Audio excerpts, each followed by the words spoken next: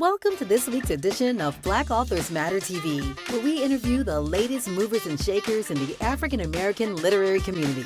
You'll meet some old friends, discover new ones, and stay abreast of the latest book developments around the country and even the world. So sit back and relax for the next 2 hours with Black Authors Matter TV co-hosts Gwen Richardson and Dr. Rhonda Lawson.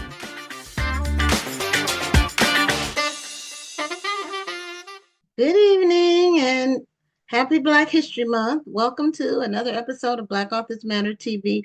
I'm Gwen Richardson, your host for tonight, along with my co-host, Dr. Rhonda Lawson. Good evening, everyone. And she's aglow and she has a halo because she is excited about her upcoming event, which we're going to talk about at the end of this first interview.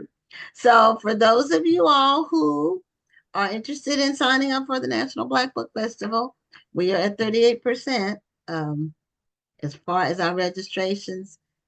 So I would not delay if you're planning to do that. And also the Black Authors Matter Children's Book Awards process. That doesn't end until June 3rd. So you have until then. But I would do my book early if I were you, then you're not waiting till the last minute trying to make sure it gets postmarked and all that. And then it'll slip your mind. So it's a really good process. It's a good award. It's good to have on your resume, on your website, to be a finalist or a winner. So we're going to bring on our first guest, and she has a historical fiction book, which is perfect for Black History Month.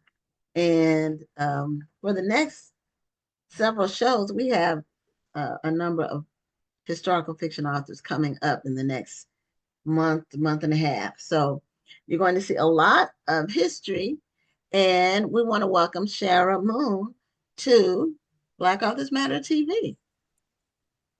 Oh, we need to unmute, and if you can. Yes. Okay, I'm on mute. Hello. Okay, welcome to the show.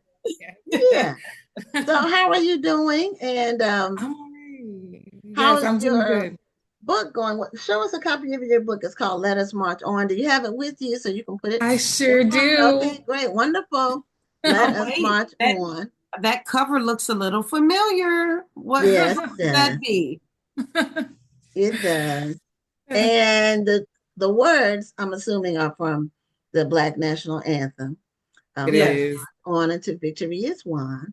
So did you pick the title or was it a process? It actually was a process. So when I was reading Lizzie's memoir, I realized that each chapter she had, well, she titled each chapter, and the last chapter she had was Our New Day Begun. And I have to admit, I was like, that's weird. Where did that come from? And so then I realized when I read the end of the memoir, she had a snippet of the National Negro Anthem at the just a piece of the poem. Okay. And so I was like, oh, that's brilliant. I'm going to make that the title of my book. So for the longest, the title of the original manuscript was Our New Day Begun. Then the publisher was fine with it in the beginning. And then as we were developing the, story, getting farther along in the process, I guess my editor told me sales doesn't really think that title works. And I explained to her, I was like, no, I have to have it. And this is why, and it's part of her memoir and all the things. And she was like, could you just come up with a couple of, new options? And so then I was like, you know what? I want to stick true to what she was trying to do. And that was pull in a piece of the poem. And so as I was going through, I was like, I pulled a few others, but Let Us March On really stuck out to me. And so that ended up being the title. And they all loved it. So it was great. Well, I think that's a testament to, you said it was the sales team. Mm-hmm. Who recognized that maybe the title wouldn't work. And it goes to show the importance of selecting a title. It's not just about, this sounds cool. What is it that's going to resonate with readers? So did the sales team give you a reason why they felt that the title wouldn't work? Not really a concrete reason. I think they just didn't think that it would resonate with readers. I don't think they knew where it came from. And, like I said in the beginning, I wasn't even clear until I read the poem. And then I was like, oh, that's where she pulled the line from.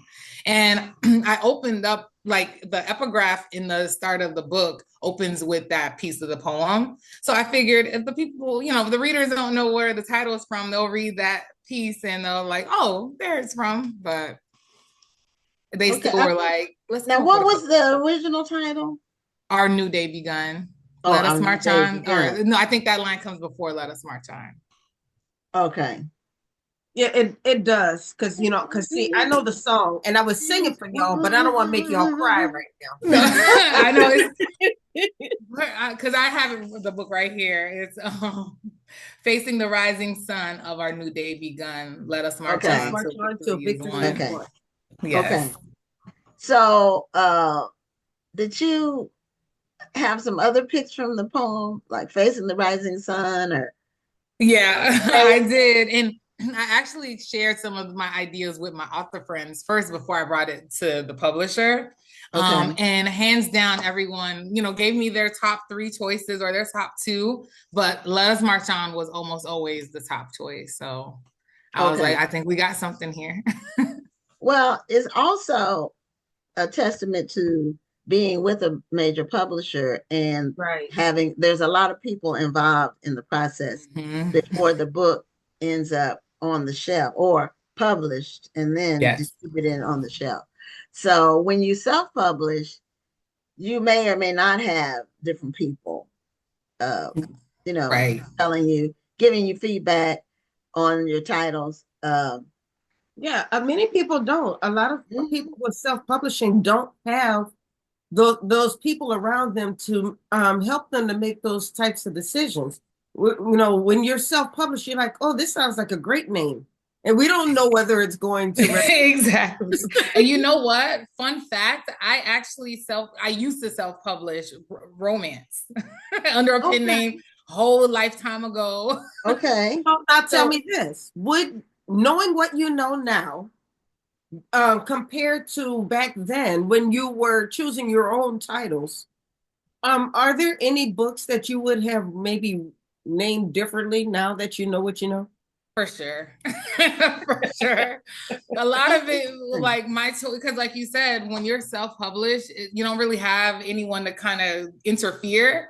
So the first thing that came to my mind, I'm like, oh, that sounds like a great title. Let's run with it. I didn't vet it. I didn't research, or I was like, oh, that sounds nice. And in hindsight, I'm thinking some of my titles it was some of my book covers too. Mm-hmm. I remember one time I realized I need to get it together because I wrote contemporary romance. One of my covers were so off the wall, they thought it was paranormal. I was like, no, this is not paranormal. Well, the title covers because I look at the cover of my first book. The very first cover I had, even though, it was hot. It was pretty, but I felt like it gave the wrong message as to what the book was about. Yeah. And it was really hard to promote the book because people thought it was an erotica book, and it was not an erotica book. And then the reviews come in and they're like, I didn't like this book. Right, exactly. There was no, because it's not what they thought it was. Because I think a lot of people, I'm guilty of it too. I judge a book by its cover. And so, very rarely, I think we jump to the blurb. If the cover is good, I'll read the blurb. But then if the cover is good, sometimes I'm like, I want to get right in. And then you're like, I know that's what the book's about. Talk Yes. So Let Us March On. It's a historical fiction based on a real life woman named Elizabeth McDuffie. And she was the maid in FDR's White House during his 4 terms in office. Her and her husband. And her husband was his personal valet. And essentially, she went in as a maid. But during her time there, she really made sure that she used her position to bring up the issues in the Black community to the president and the first lady and try to have them kind of make a difference, interfere, use their position as well as the president and first lady to make some changes for some of the population. There were some things they could do, some things they couldn't, but it still was worth her presenting the issues and seeing what happened. Yeah. Mm-hmm. You know, Eleanor Roosevelt, because that's who the book is about. No, it's mostly about FDR. Well, I mean, that was his wife, though. Right. So she did a lot of innovating, you know, pushing the envelope kinds of things. She seemed to be fearless, especially as it came to African Americans at the time. Yes. Because she was the first, I don't know, white person, definitely woman, to fly with the Tuskegee Airmen. Yeah. And that kind of gave them some legitimacy, and that helped them as they were trying to get more action and more utilization during the war. And they were underutilized, but that kind of helped them. Yeah, I think I read I saw a documentary once of the Roosevelts, and they said how they were trying to keep her from flying with them because, you know, their stigma, their stereotype that we don't want nothing to happen to the first lady. And she was like, nope. She got on the plane and flew with one of the pilots. I'm sorry. I'm gonna be fair. If I were protecting the first lady, I would have said that about anybody. I don't care what color they were. Like, those people, we don't know if those people know what they're doing. I know, even though they're in the army. Yeah. Well, also back then, the planes they were flying in compared to what we have now, although we've lately had these private planes having situations, accidents of late. This last one we had today or yesterday. The planes were very I don't want to say archaic, but compared to now, no, you're right. More archaic, you know, and compared to what we have now. During my research, I got to read up on Amelia Earhart, and because she was a friend of Eleanor Roosevelt, and she would visit the White House. Even Lizzie McDuffie mentions her in her memoir. And I remember reading once that the first lady would sneak off and fly with Amelia Earhart, you know, and they would always be like, you know, frantic about it. But that's how I think like progressive and like just kind of, you know, out there that Eleanor Roosevelt was. She was fearless for sure. Yeah. Yes. Now, I had a question about, you know, the book, The Butler, that was, you know, turned into a movie. This is kind of like the companion in a way to The Butler. Did that come into play when you were considering writing this book? It's so funny you mentioned that because one of the things the publisher asked me was, what would they have a term for it? I forget. I think they call it like, what's your comp title? And I guess it's like your comparable title. Okay. And so I was like, first thing, The Butler. It's like The Butler meets, you know, I don't even know what I said, but I was like, it definitely, like, The Butler came to mind. It was, you know, a female maid instead of the butler. And I definitely kept that in the back of my mind as I was writing. And, you know, I try to write as if I'm writing a movie, you know, like it all kind of just plays in my head and I write it down. And so having watched the movie as well, like that was, you know, that was a fun comparison to play with. Yeah, because that's what I thought about when I saw the book. And now, as far as the cover, what was the thinking behind that? It's really a beautiful cover. It is a beautiful cover. Thank you. I was lucky enough because I know some authors, you know, who are traditionally published, they do say, depending on the publisher, that they don't get a lot of say in the development of their covers. That's quite true.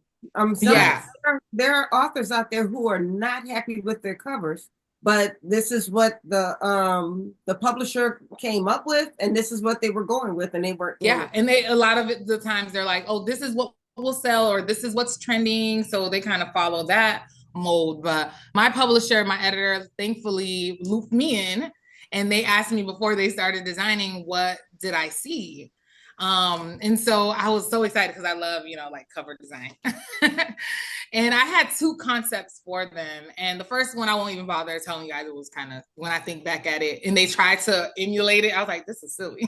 But the second one was the Washington Monument, like the Lincoln Memorial. The Lincoln, okay. Yes, the Lincoln Memorial. Because yeah, I had just finished a DC trip for research for my second book, and I got to go back to the Lincoln Memorial, stood, where Martin Luther King stood when he gave his speech.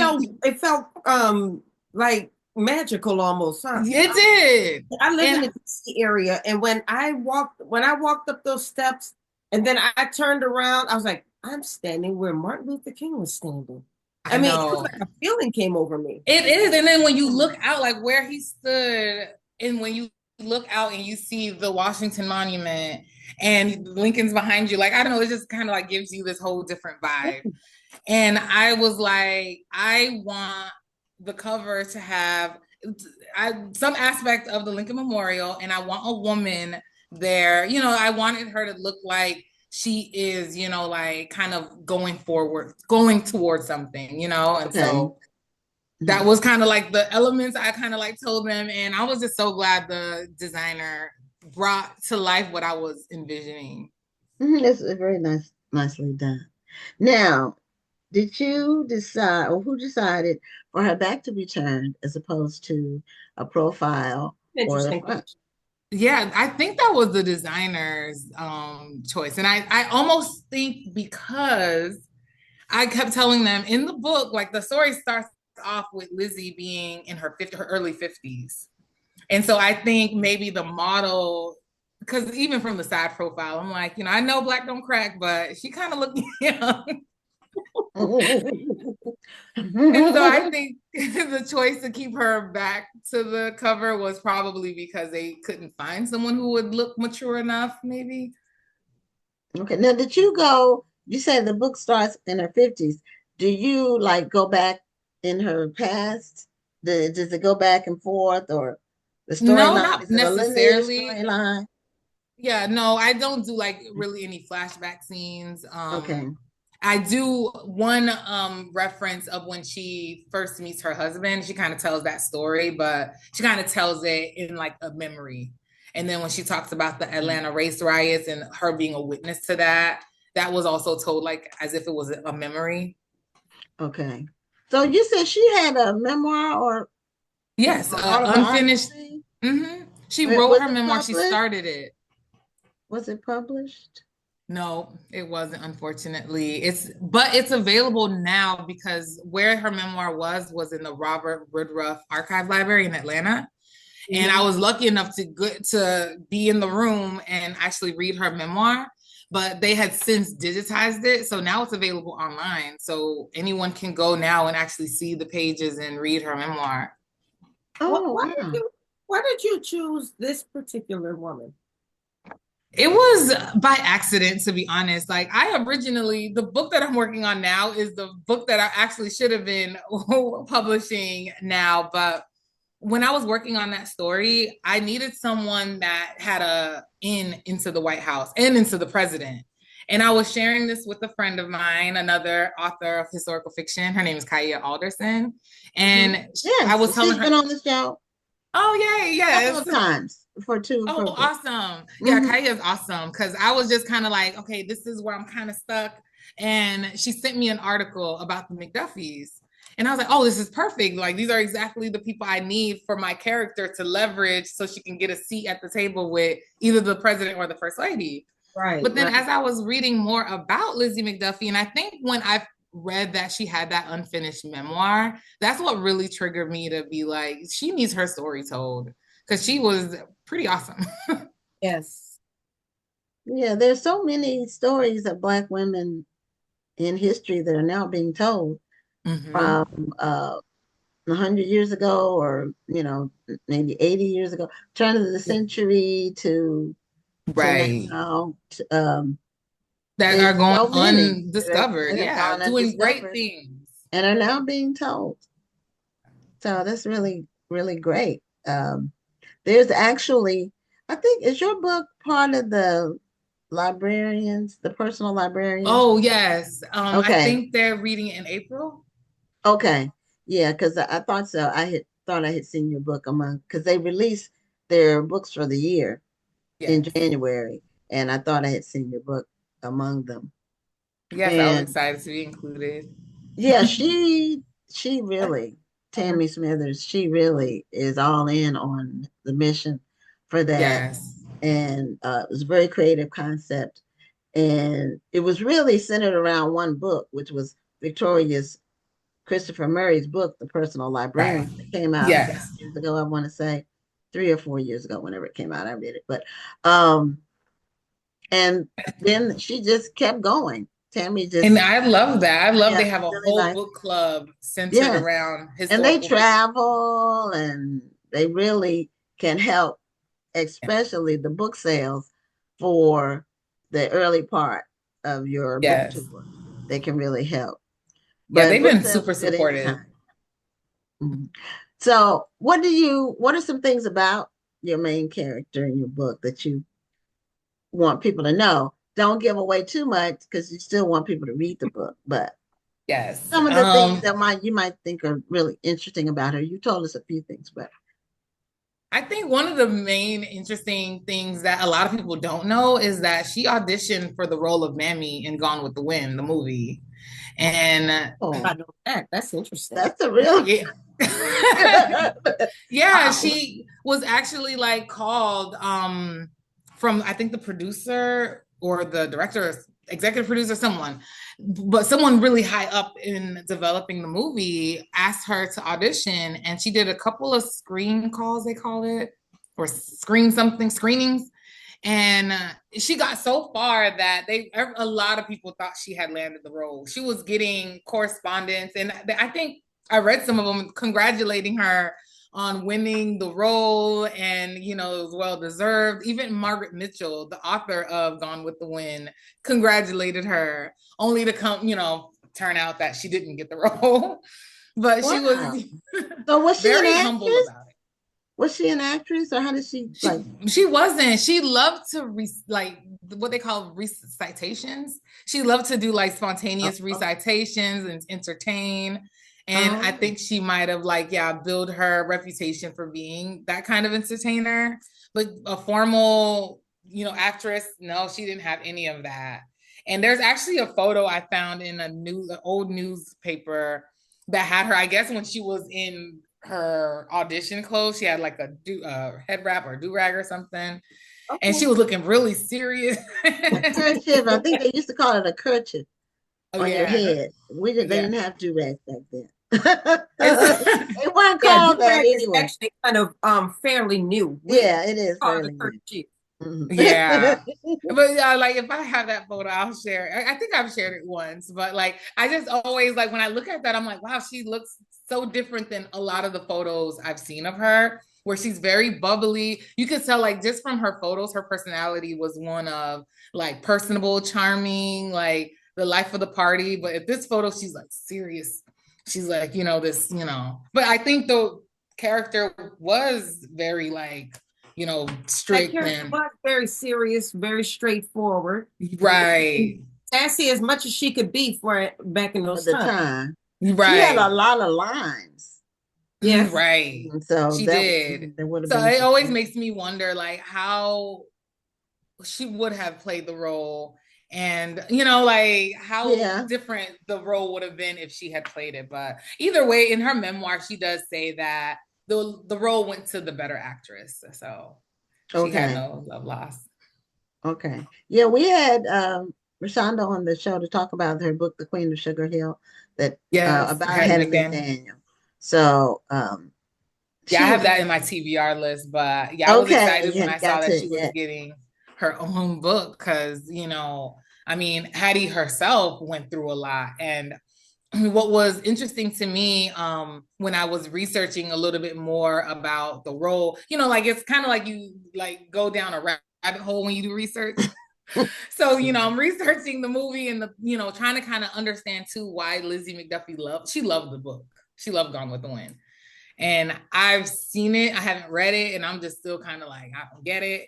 But, as I was doing my research and I was learning more about the struggles that Hattie McDaniel went through, even after she won the Oscars, was, wow. I mean, she wasn't even getting support from the NAACP, who, criticized her for that role.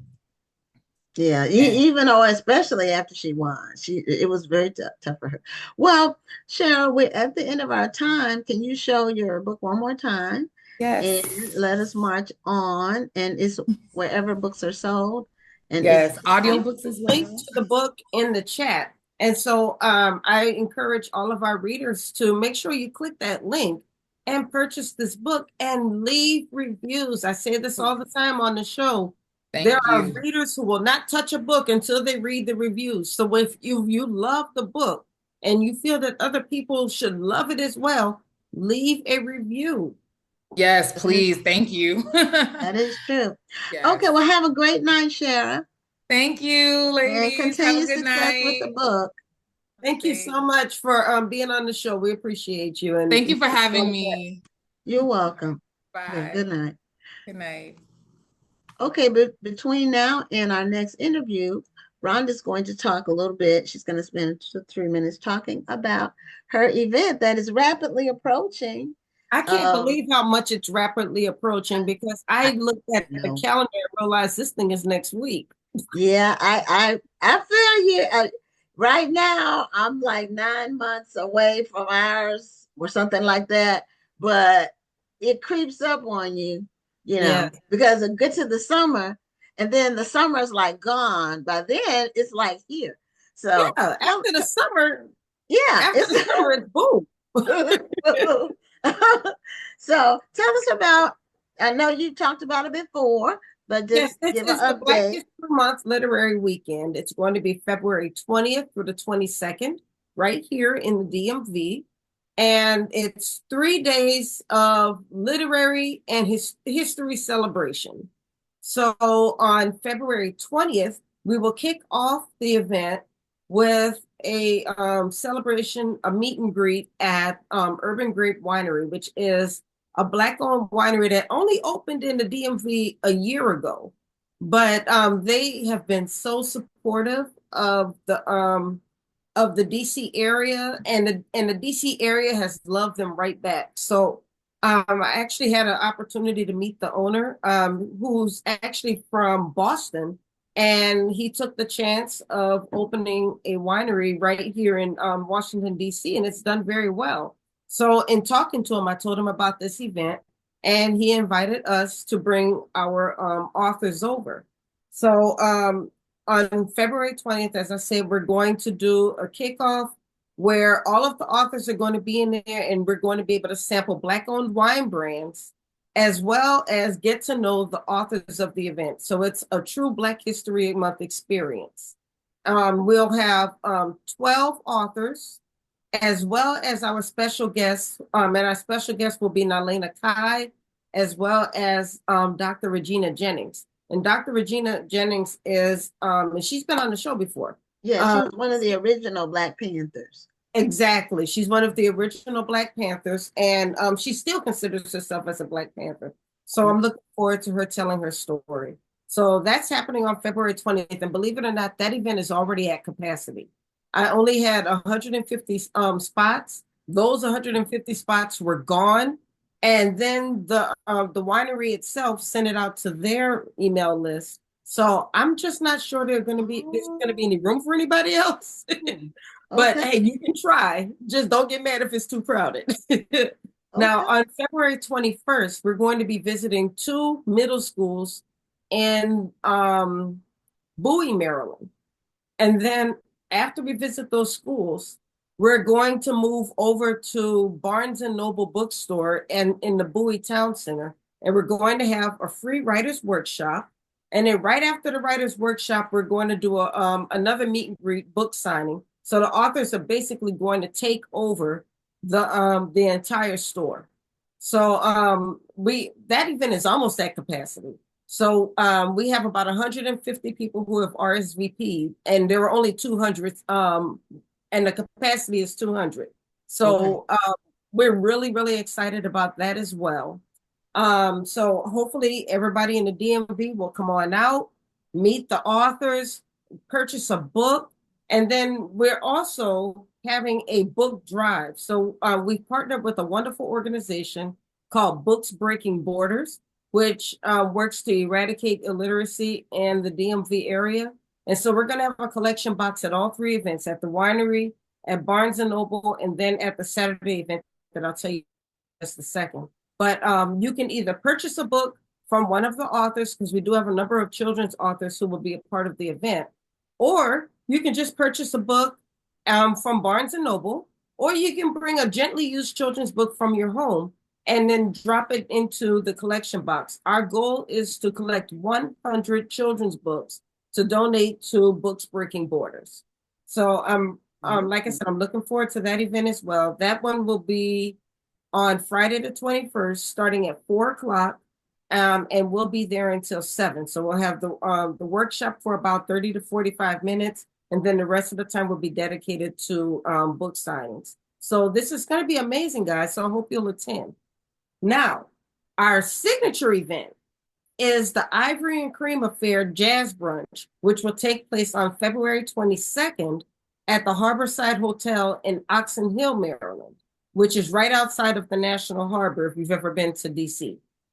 Now, this event is going to be something special. It's going to be hosted by comedian Christopher Columbus, who is the founder of the Greek Comedy Tour. We're going to have live music by Brinkcore Entertainment, which is a 10-piece band. And this isn't just background music. They're actually performers. So they're going to have a full band with real instruments, not a DJ, but real instruments.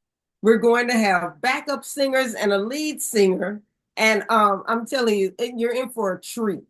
We're going to have a silent auction, and you're going to be able to hear from all of our authors. As I said, there are 12 different authors, as well as the two guest speakers, which, like I said, will be Nalena Kai and Dr. Jennings.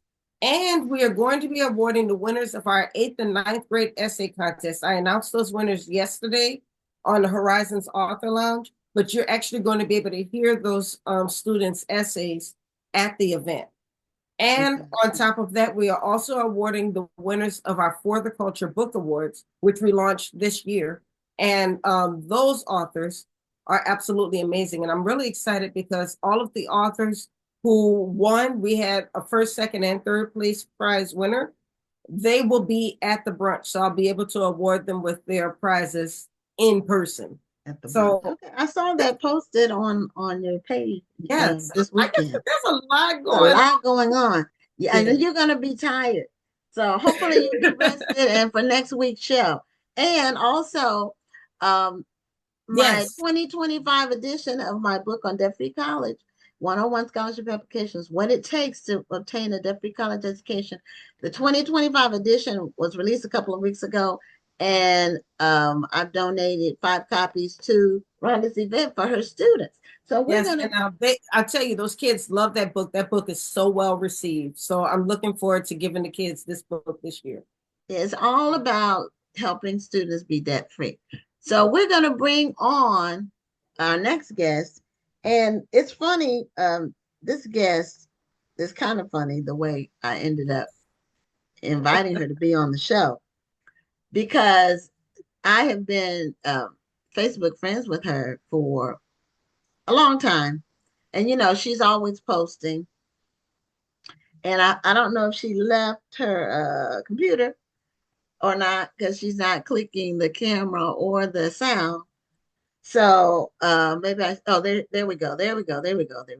Okay, she's now clicking in. But she posted about books.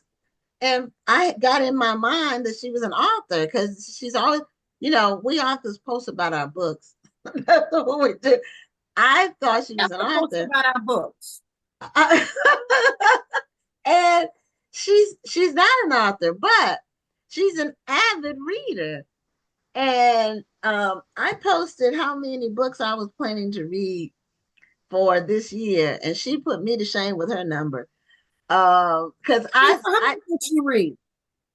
I said 30. She said some ungodly number in the hundreds. So you read 100 books this year? What number did you say, Jennifer, that you're reading for this year? I set my goal for 350 books this year. So what I want to know is how in the world do you do this? Are you a speed reader? Are you listening to the books? And Yeah, how do you decide 350 books that you want to read for a year? Because a lot of books get released, but deciding what you want to read, how do you do this? what what I do, sometimes I go by Amazon, sometimes I go by authors groups, sometimes I go by readers groups, and sometimes I go by TikTok. But most of the time, if I'm scrolling through Amazon and I see something interesting, if the cover pops out, or if the synopsis sounds good, or if the author is basically on Facebook and they're constantly promoting their book, and I'm like, ooh, I love this color cover, or they'll do a little sneak peek and I'm like, yes, I'm gonna read this. And that's how I pick what I'm gonna read. Okay, well, but But how do you have time to read all of these books? Yeah. I mean, is it a split between? I go by readers groups. Uh-oh. I think something happened with the audio. Because you didn't freeze up, but the sound. Can you talk for a minute? Yeah, I'm still here. Okay. Okay. What I do, because basically I'm retired, so I basically, read the majority. Sometimes after I do my housework and stuff, I'll read for the majority of the day. And sometimes I'll read at night too. Most of the time I read at night. So okay, well, that's a lot of books. That's a lot of stories. I'm sure they run together at some point. yeah, sometimes I take a break, and I didn't read as much after my mother passed in May of 2021. So I didn't read as many books. So like near the ending of 2021, I was like scrambling to meet my Goodreads goal, which I did, because that year I had set the bar to like 700 books, and I did it like on the last day of 2021. I'm still astounded because me too. Even if you break it up between audiobooks, ebooks, and physical books, that's still a lot of reading. Yeah, I do. I've recently, in the past couple of years, got into audiobooks.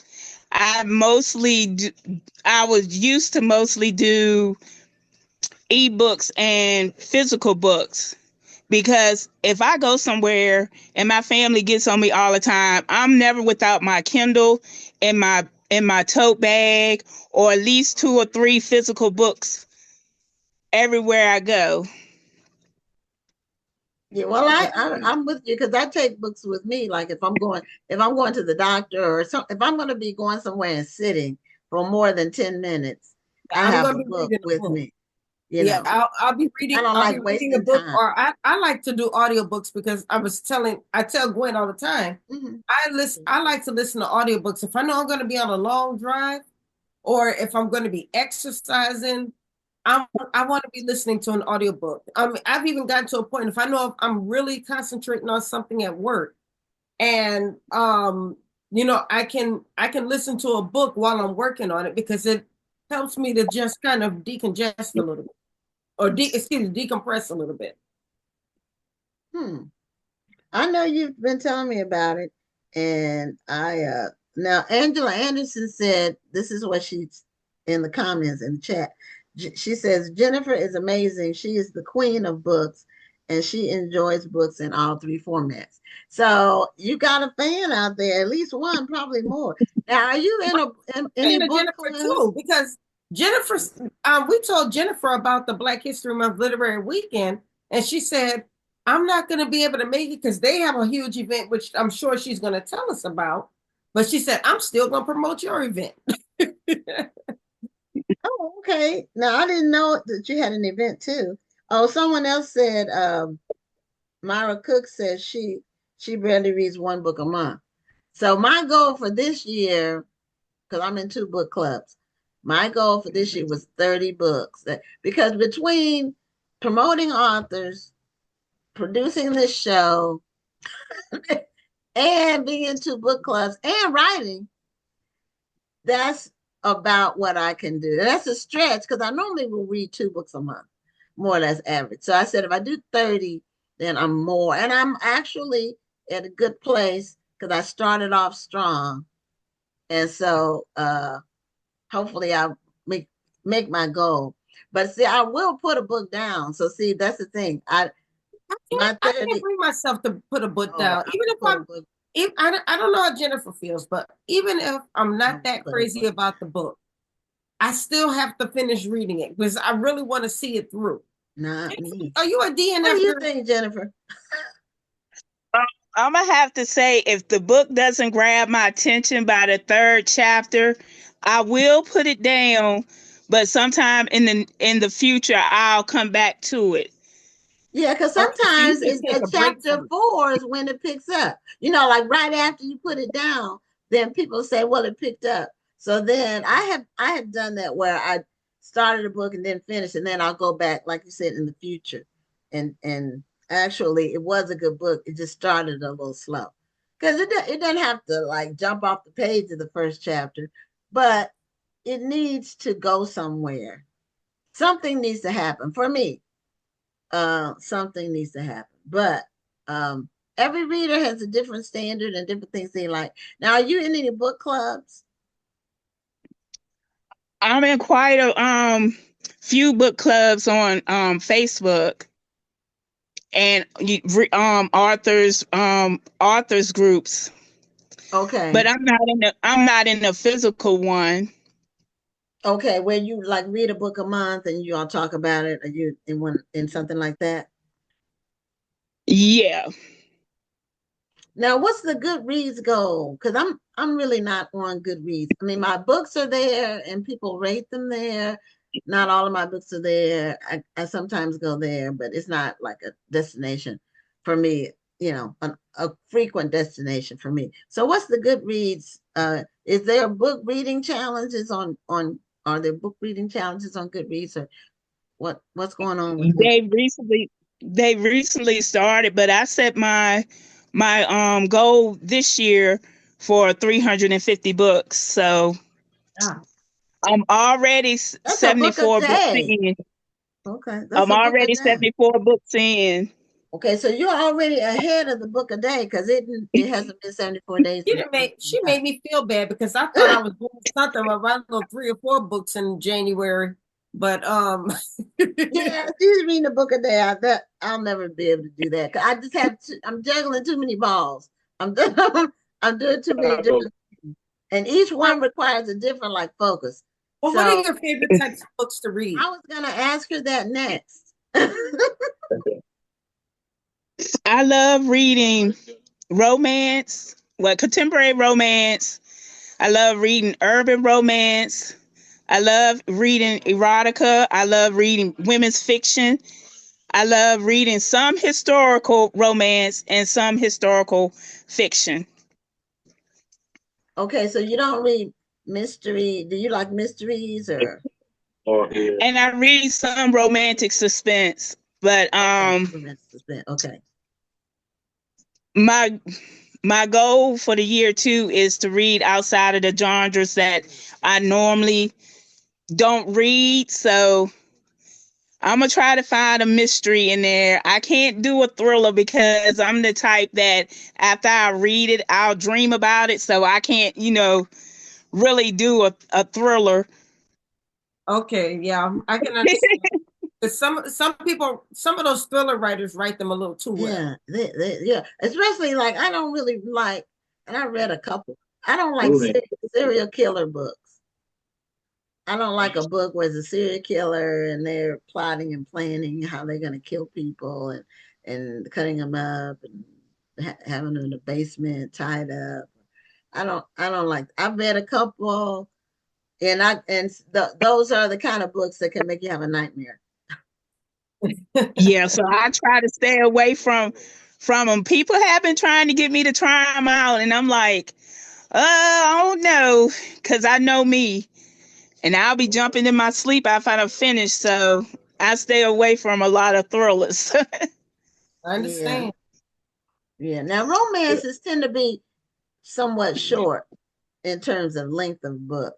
So I can see getting through a romance a day because they tend to be, And they're novellas not 400 pages, popularity over the years. The novellas, the books that are about 100 pages or less. Yes, they have increased in popularity. So when did you were you an avid reader as a child, or is this a hobby you adopted as an adult?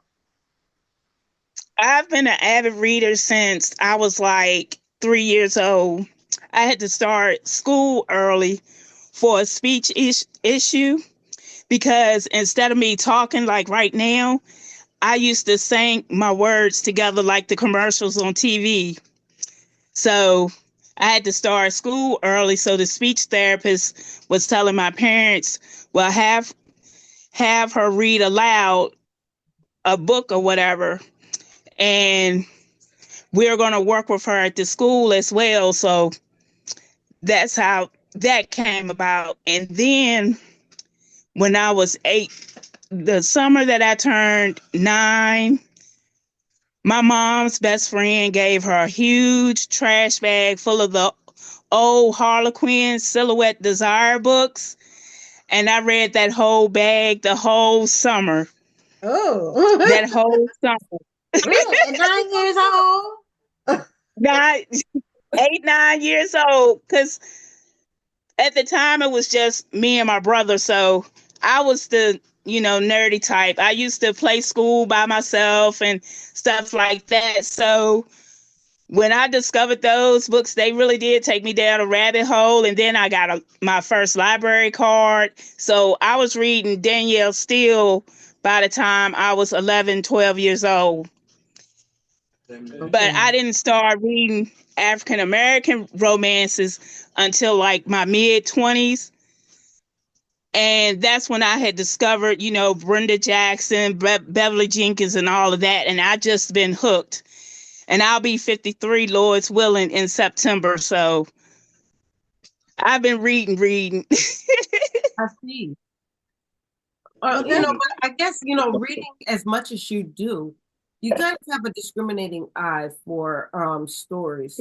So what are some things that you feel make a successful story? What are some things that pop up in your mind? Definitely the storyline, a good storyline, a good plot. That's basically it for me. And like if it's a romance, a good, romance meeting, a meet cute, or whatever. That's what makes it for me.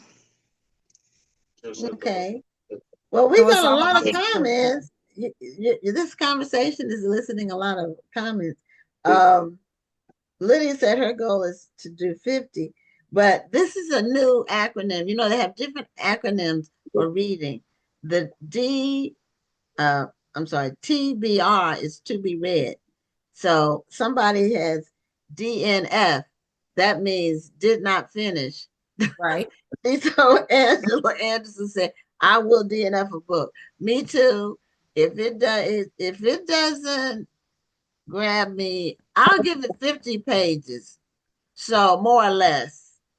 Because chapters can be different lengths, Some books have short chapters. And I think short chapters make a book go faster, but a good story makes a book go faster too. But I will DNF a book, and I have no guilt about it because I've already paid for the book. So if the author gets the credit for the royalty for the sale, and I get, well, you have a point there. You bought the book, so the author gets the money. They're going to get their royalty. Yeah. It doesn't matter whether you finish the book or not. Yeah, and I don't post bad reviews. Well, usually. Rarely do I post a bad review. I only Jennifer, do you post post reviews? a good review. Yeah, do you post reviews, Jennifer? Yeah, yes, I do. I haven't posted any in maybe like a week or so, but I do post them. I do reviews for Romance and Color that Wayne Jordan started, so I'm a senior reviewer with him. Okay. I was reviewing on Amazon, and they banned me from reviewing because they said I had suspicious reviewing activity, which I didn't. Which I What does didn't. that mean, though? I guess they were saying that I was getting kickbacks or whatever, which I wasn't. And I tried to fight it and whatever. So I just said, well, I'm not gonna worry about the reviews or whatever. And so I was sitting talking to my mom one day, and she was like, well, you shouldn't let that stop you from reviewing. You should do your own review blog. And I was like, okay, I said, I'll think about it. So I thought about it for maybe a few weeks. And then, I was like, maybe I will start one. So that's when I started my Jenny's Cozy Book Corner review blog. Okay. So, and I started that May of 2020, because that's when Amazon banned me from reviewing, because I had an author, and the only reason I knew about it was I had an author message me on Facebook, and she was like, did you take my review away? And I was like, no ma'am, I didn't. And so I went on my Amazon account and I saw all my reviews were gone. Wow. And that's when I, reached out to him and I asked him, why was all my reviews gone or whatever. But that was the year I had read over 1,000 books, because they had they had sent me an email saying I could get 3 months of Kindle Unlimited for 99 cents. So I took the deal, and that's when I discovered so many indie authors and stuff. And so I was just going through their catalog and just reading all their books, and I was leaving reviews, but they were like short reviews, just saying how much I enjoyed the characters and the stories and stuff.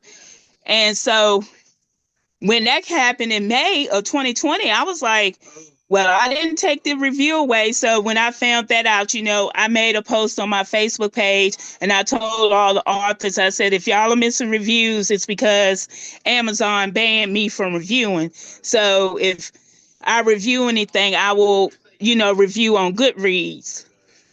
Well, did you actually lose those reviews? I mean, for instance, did you type the review directly into Amazon so you didn't have a copy of the review, or do you keep copies of all your reviews? I didn't keep a copy of the reviews. I was doing them through as soon as I finished the book, I would type my review up on Amazon, and then and submit it like that. Wow. I didn't even know that was a possibility, but I don't post that many reviews. Yeah, but see, Jennifer had those people thinking she was getting kickback because she was, reviewing. I wasn't getting a thing. Just the pleasure of reading that. How would they know that? I mean, how would they deduce that? Because you're not gonna say, "Hey, I'm getting a kickback." You're not gonna post that anywhere. So what would make them draw the conclusion? I didn't even know that was a possibility to get banned from reviewing. So, I mean, not book reviews. Now, I have about people reviewing products, and I've heard, I don't know, and it's probably true, that some companies will like have fake reviews, like on Yelp and places like that. They'll flood their competition with bad reviews. So I've heard about people doing that, and I'm like, you have to do all that.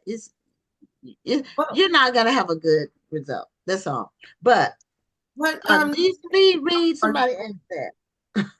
Oh, okay. I thought you were asking question. I was just going to ask, so now if there's an author who would like for you to review their book, like I'd love for you to review my books, what should they do? They can reach out to me on my on my Facebook, my personal Facebook page, which is Jennifer L. Copeland, or they can go to my Jenny's Cozy Book Corner website, which is www.jennyscozybookcorner.wordpress.com, and just do it that way, because I'm always visible on Facebook. Yes, that's why I thought you went off. I'm always visible. If I'm not sharing my grandkids or my kids, I'm definitely sharing authors' books and wishing them a happy release day on their new releases, audio or ebook or paperback or whatever. Yeah, see, in my mind, I thought I had seen your name on a book. See, I had all conjured up all kinds of stuff in my mind just because you post so much. And I just knew you were an author. But I think it's good to have readers on, because people who are avid readers can really give a good perspective and help some of the authors out there. Now, do you charge for reviews? No, ma'am. I do them just because I love to read. Oh, now you really Not at all. Yeah. Maybe you should charge something. That could be a new side hustle. 20, you don't have to charge a lot, but with the amount of books you read, you could be racking up some real money. I'm just saying.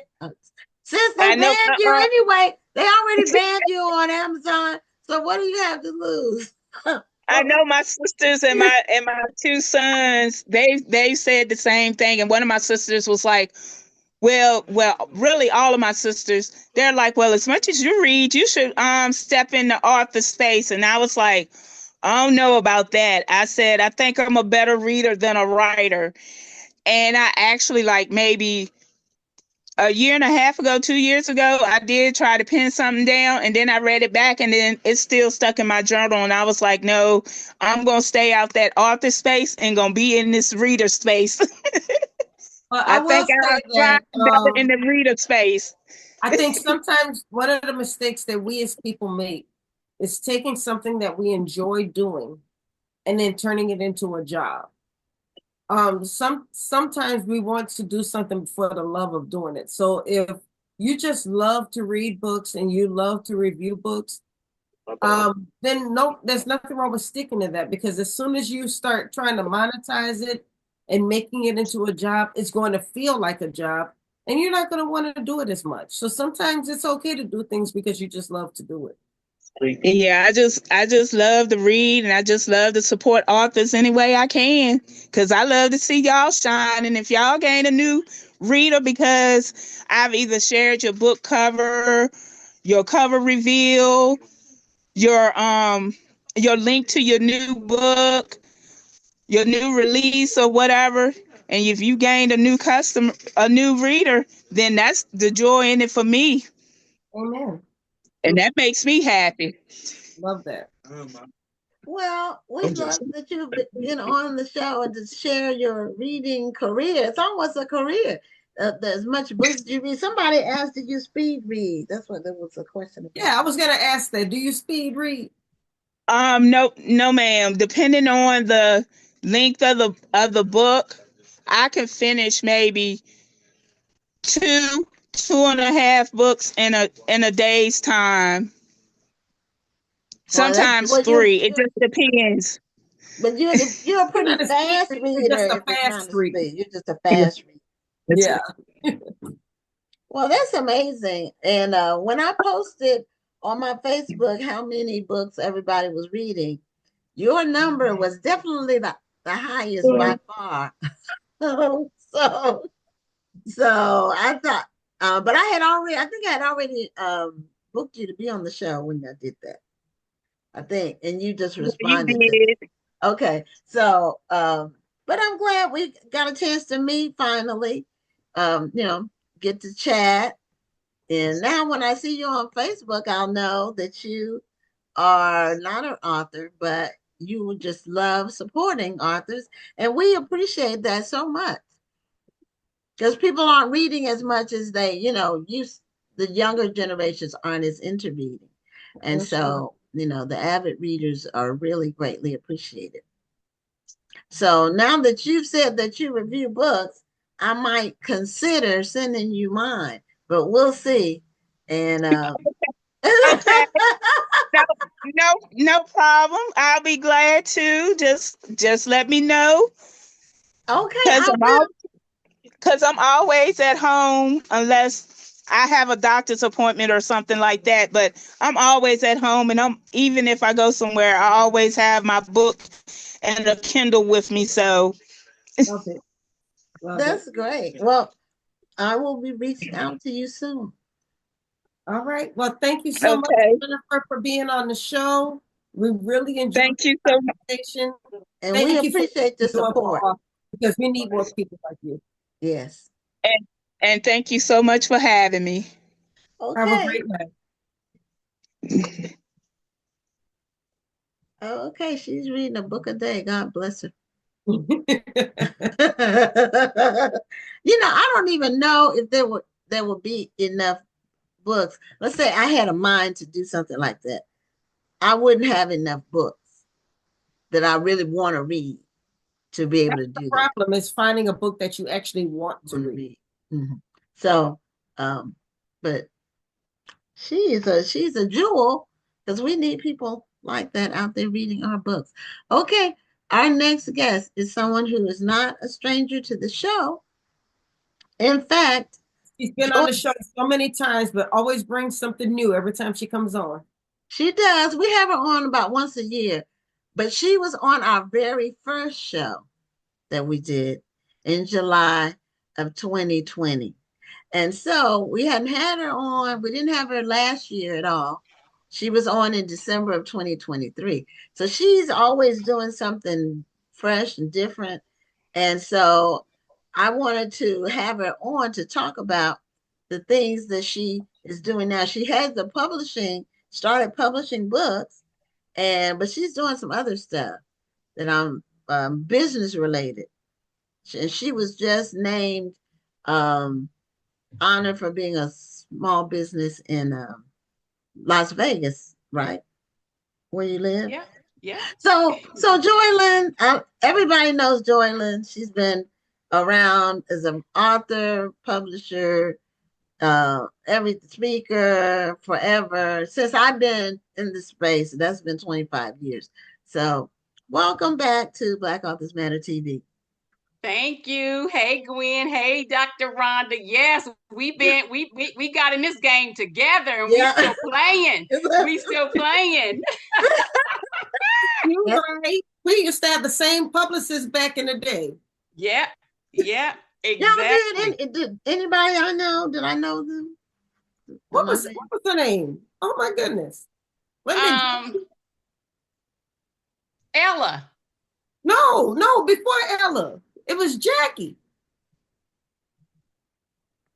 No, Jackie was yours. Ella was mine. Oh, okay. Well, okay, but it was the same time then. I thought yes. Okay. Ella Curry. Ella D. Curry. Yeah, Ella's still around though because Ella's right here at the DMV. Mm-hmm. Yeah. Yeah, she's still around. And what was Jackie's last name? Oh shoot! You got me. Is she still in is she still in the business? Like, is she still? I don't think she's still in the business though. Okay. Yeah. Well, what are you doing these days, Joylynn? Oh my gosh! It seems like you're always pivoting. You're kind of like us in that we're always pivoting. We're taking what we have and the foundation that we have, and we pivot and add another dimension to it.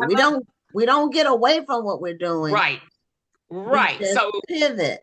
And not really. I look at us, we're innovators, we're disruptors. I don't really feel like we're pivoting as much as we're shifting. We're using what's in our hands for how we need to use it in that moment. in that, what the time frame, whatever is going on in the news, whatever going on in the industry, both the publishing industry, both business in general. And just, again, really going back, and that's what we have to do as business owners. We have to take inventory of what we have. Just because it's not working today doesn't mean it's not working tomorrow. But if it's not working today, go put it back in the chest, in your arsenal, and get something that is working today. But we've been fortunate enough where we haven't had to rebuild. Like you said, Gwen, Right. We've got a lot of stuff in our arsenal. We've got a lot of stuff in our chest. We're 25, 30 years in this game, and it's just using what's in your hand, using what works, knowing when to move away from something. I would like to what Joylynn is saying is absolutely correct, because she's the reason why I released my book, Trust. Trust actually was it was actually a part of a anthology. And we, for some reason, I don't even know why Joylynn and I were on the phone that day. That was the first time we had talked in years. I think it was because we had talked at the National Black Book Festival. Mm-hmm. He was like, because I hadn't written in a while, and she's like, you need to get back in it. You have books. You already have stories. All you have to do is just repurpose some of your anthology. I said, you're right. This was a good story. So I took the story and I dusted it off and rewrote it and revised it in a few places. And that was how Trust came out. Sometimes it's good to have those author friends. Yes, we're going to talk and we're going to kiki, but then we're also going to motivate each other. So because of Joylynn, that was one of the reasons why I started writing again, because we had that conversation. Yeah, and I'm the queen of repurpose. I will repurpose content. One of the things I tell people, whether they're the readers, just tuning in to see what's going on in their favorite author's life, or it's authors, it's publishers, you already have books written. You already have content written. Let me circle back. I have different branches of business, but the main branch is called End of the Rainbow Projects, Inc. And when I started the company, I had the aphorism, how long will we continue to wait at the end of the rainbow before realizing that we, in fact, are the pot of gold? Our thoughts, our ideas, our concepts, our gold mind is our gold mine. What I did, and this is what I advise clients to do, go back to when you first got on social media. This can be a long, daunting process. So if you start now, moving forward, you got it done. But go back to every post you've made that added benefit and value to someone's life, that got the likes, that got the shares, that got the most engagement. When people email me a question and I answer it, I copy and I paste it in that same document. I put my social media post. I answer questions publicly. I don't do that DM me, ask me. No, I want the world to know what my knowledge looks like, what my wisdom looks like, what my experiences look like. When you answer questions publicly, you're showing your receipts, not your ego. Because when it comes time for people to cut a check for your services, they don't want your humbleness. They want receipts. Yes. So take everything. Every time you answer a question, somebody else probably has that problem too. Create it in a document, put it in a document, and then categorize it into subject matters. I just got a 3-book traditional publishing deal. That 3-book deal is based on social media posts, blogs, articles, as well as newsletter content. I repurpose content that I was just writing to add value, because I'm a resource before I'm an author. I'm a resource before I'm a publisher. Become a resource before you become anything else, any other titles. Add the value, add the benefit. I took that value, I took that benefit, and I repurposed it. And now I'm getting paid for it. Yes. Okay. Well, you always have been. You always have been on the cutting edge of whatever, or you cut the edge. That's what I tell people. I don't like to follow a trail. I like to make a trail. Because if you follow a trail, by the time you get to wherever, middle way of the trail, everything's gone already. It's already been acquired or adopted or the first mover has already, you need to be the first mover or at least the second or third mover in whatever you're doing. Not just copy what somebody else is doing. You need to be a first mover yourself. And so I like to innovate. That's what And one of my greatest strengths is execution. But and if something is not working, I will set it aside. Or sometimes it has to be refined. Yes. Something, it didn't work the way you did it, but the concept is right. You just have to work with refining whatever it is. Yeah, and sometimes you find it's just not for you, so you can sell it to someone else. I've done that before. I've had an idea, I've had a thought, I had a concept, and I'm like, you know what? This isn't in alignment with my dreams, vision, and goals, but it's the bomb. I can't just let this sit. So you sell it. I've done that too. I've done that too. I've just given it to people sometimes. Just if even book ideas, I will, if I think somebody else is on a certain path with a topic, I'll give them an idea for the next book, because if you're going to be an author, you have to keep writing. It sounds fundamental, but you have to keep writing. You have to keep releasing material, content. Now, this show, we have so much content from this show that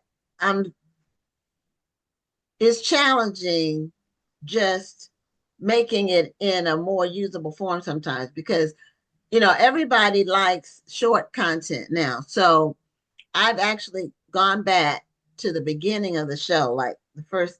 I'm like 2 years behind.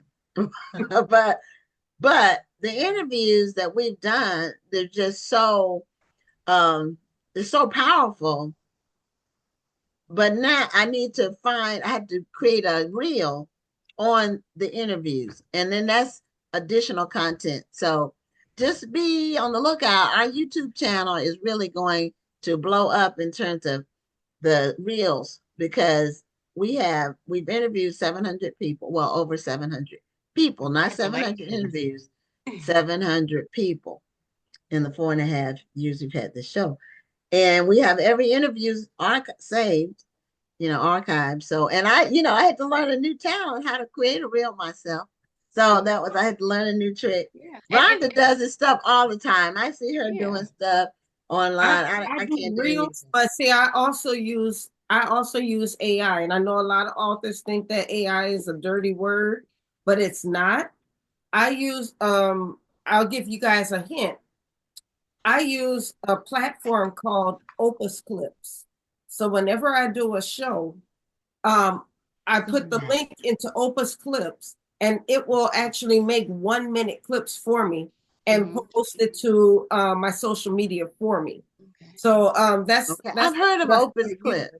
Yeah, and let me talk about something Gwen said earlier. She's like, everybody likes short content, and everybody likes long content that adds value and benefit. Exactly. So one of the things you do on YouTube, you go live and you stay on. You see some lives are 2 to 3 hours. That's intentional, because YouTube's going to send people to you for those 2 and 3 hour lives, and people are just hop on randomly. They may stay, they may not.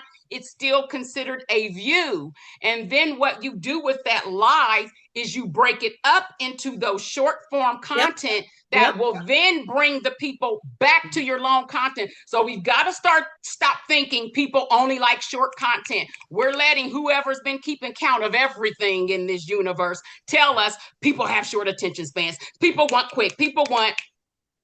And then when you allow them to feed us that, then you fall into that category. But people like long content that is adding benefit and value to their life, that is going to transform their life, that is going to add benefit and value to their personal development and growth, physical development and growth, emotional, financial, spiritual development and growth. So it's just those little quick sizzles that you get. Mhm. But go live 4 hours.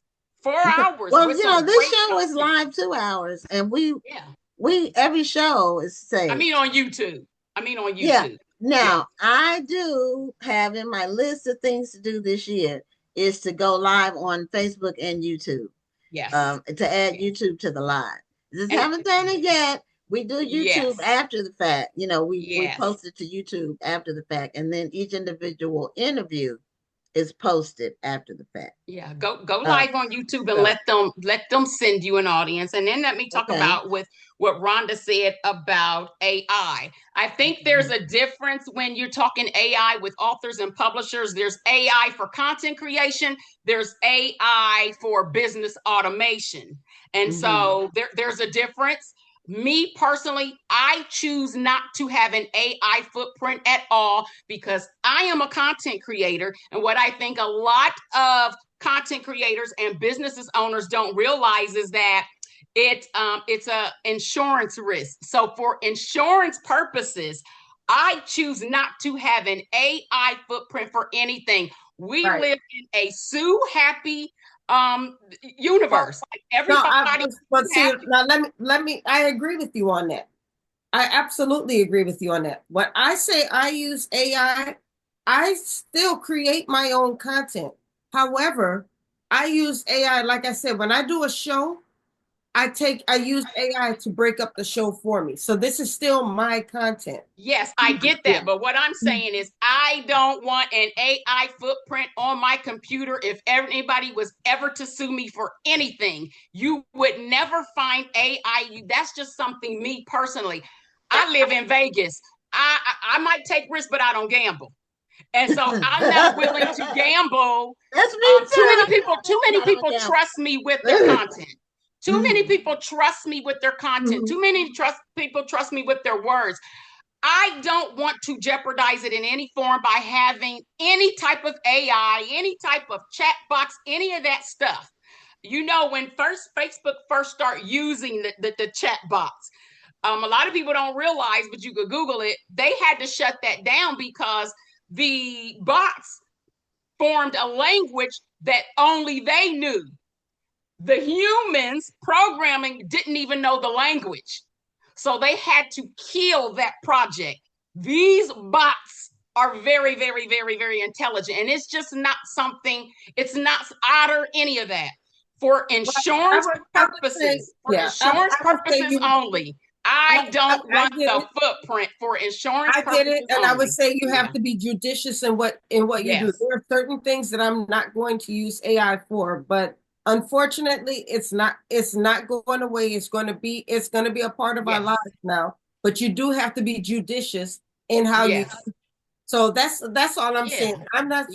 When it comes to being an author, no, AI is not going to write a book for me. AI is not going to edit my book for me. There are certain things that I'm not going to do with AI, but at the same time, I do too many things to not use technology to help me in doing what I'm doing. Yeah, I use technology as well. But what I've learned to do is also use my resources. So for example, I have 2 new hires and I have 2 interns that are paid, but I don't pay them. I tap into my resources so that I don't have to say, oh, I wear too many hats. And that's the issue I see with a lot of authors, which is why for the IBPA, the Independent Book Publishers Association, PubU 2025, I'm doing a 4-hour pre-conference to help people tap into these resources that are out here so that you don't have to be wearing so many hats in your business, so that you can take a young adult, you can take a new adult. So we got our young adults, ages 13 to 17. We have our new adults, ages 18 to 25. Here in Las Vegas, well, actually here in Nevada, 70% of those communities aren't employed. And so we have a program here where there's a program, they get paid intern, they get the direct deposit. We get to utilize them.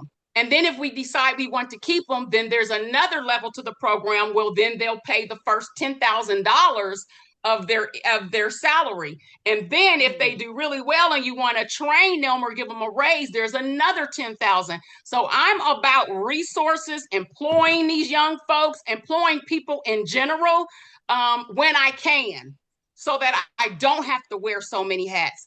And it's just a matter of, like I said, when I promoted this show, we always feel like there's so many gatekeepers, and we feel like we've got to knock down doors, break glass ceilings, get a seat at the table and all of that, when we're spending our energy in the wrong place instead of building and minding our own business. I want to run into DEI real quick, because I know that's a hot topic.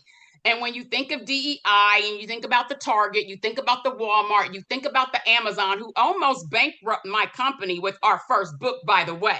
So I understand what it's like to deal with these companies. One return can bankrupt you.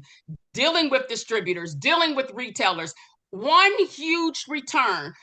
Real quick, Amazon ordered 2,500 copies of our inaugural book that came off of our PTP press imprint. Within 30 days, not even 30 days, they returned about 97% of those books.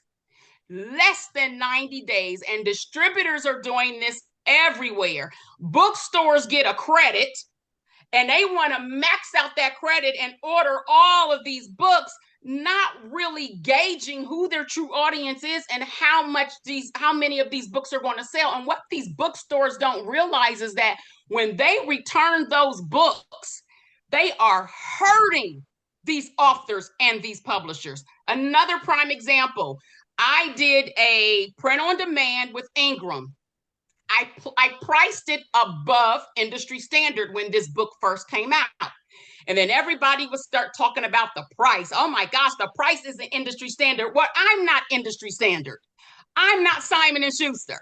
I'm not industry standard. And we're allowing the industry standard corporate publishers to create industry standard that doesn't fit small independent publishers. So I said, okay, let's test this out. Let me put this price down to industry standard.